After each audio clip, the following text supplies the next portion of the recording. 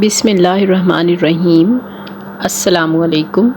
قرب قرآن سے آسمہ فروخ آپ سے مخاطب ہے۔ ہمارا آج کا موضوع ہے سورۃ اللہب۔ ابو لہب رشتے میں نبی کریم صلی اللہ علیہ وآلہ وسلم کے چچا تھے، مگر دشمنی میں آگے تھے، تو ایسے میں رشتہ داری کچھ کام نہیں آ سکتی۔ جو نبی کریم صلی اللہ علیہ وآلہ وسلم کے مقام و مرتبے سے ناآشنا ہو اور دشمنی میں آگے بڑھے، تو اس کے حوالے سے بتایا گیا ہے قرآن مجید میں، جس کا مفہوم ہے اور تمہارا دشمن ہی بے نام و نشان ہوگا۔ ابو لہب نبی کریم صلی اللہ علیہ وآلہ وسلم کے پیچھے بازار میں پھرتا اور لوگوں کو آپ کی بات سننے سے منع کرتا، ہاتھ لہرا کر۔ تو اللہ تعالیٰ کو یہ بات کس طرح گوارا ہو سکتی ہے؟ اللہ تعالیٰ نے فرمایا کہ ابو لہب کے وہ ہاتھ ٹوٹ جائیں، یعنی وہ ہاتھ جو وہ آپ صلی اللہ علیہ وآلہ وسلم کے استعمال کرتا تھا، اور وہ ہلاک ہو۔ ہلاکت تو اس دشمن کے لیے مقدر ہے جو سرور کونین صلی اللہ علیہ وآلہ وسلم کی مخالفت میں جائے۔ دنیا میں بھی اس کے لیے ہلاکت ہے اور آخرت میں بھی۔ دنیا اور آخرت کی بھلائیاں آپ صلی اللہ علیہ وآلہ وسلم کی پیروی میں۔ آپ صلی اللہ علیہ وآلہ وسلم کے بارے میں قرآن میں ارشاد ہوتا ہے، جس کا ترجمہ ہے، اور نبی صلی اللہ علیہ وآلہ وسلم خواہش نفس سے بات نہیں کرتے، ان کی ہر بات وہی ہوتی ہے جو ان پر نازل کی جاتی ہے۔ تو نبی صلی اللہ علیہ وآلہ وسلم کی زبان پر جو کلام جاری ہوتا ہے وہ اللہ کی طرف سے ہوتا ہے،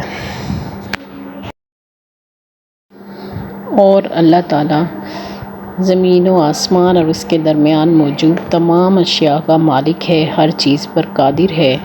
جو اس کی مخالفت کرے تو وہ خود کو ہی ہلاکت میں ڈالے گا۔ نہ مال ہی اس کے کام آیا، نہ وہ جو اس نے کمایا۔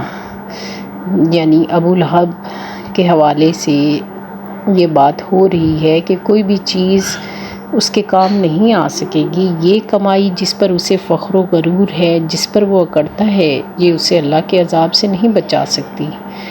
جلد ہی وہ جہنم کی آگ میں ڈالا جائے گا، بھڑکتی ہوئی آگ میں، اور وہ اس آگ کا ایندھن بنے گا۔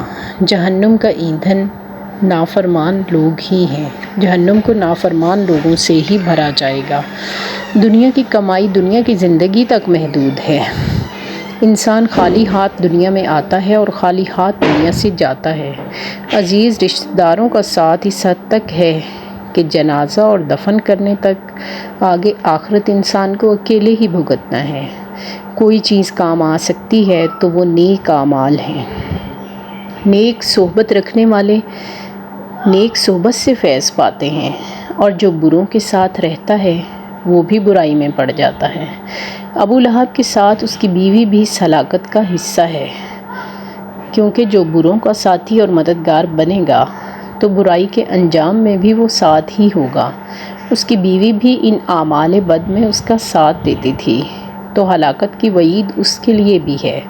اس کی حالت کیا ہے کہ لکڑیاں اٹھائے پھرتی ہے، مگر عنقریب وہ خود جہنم کی آگ کا ایندھن بنے گی۔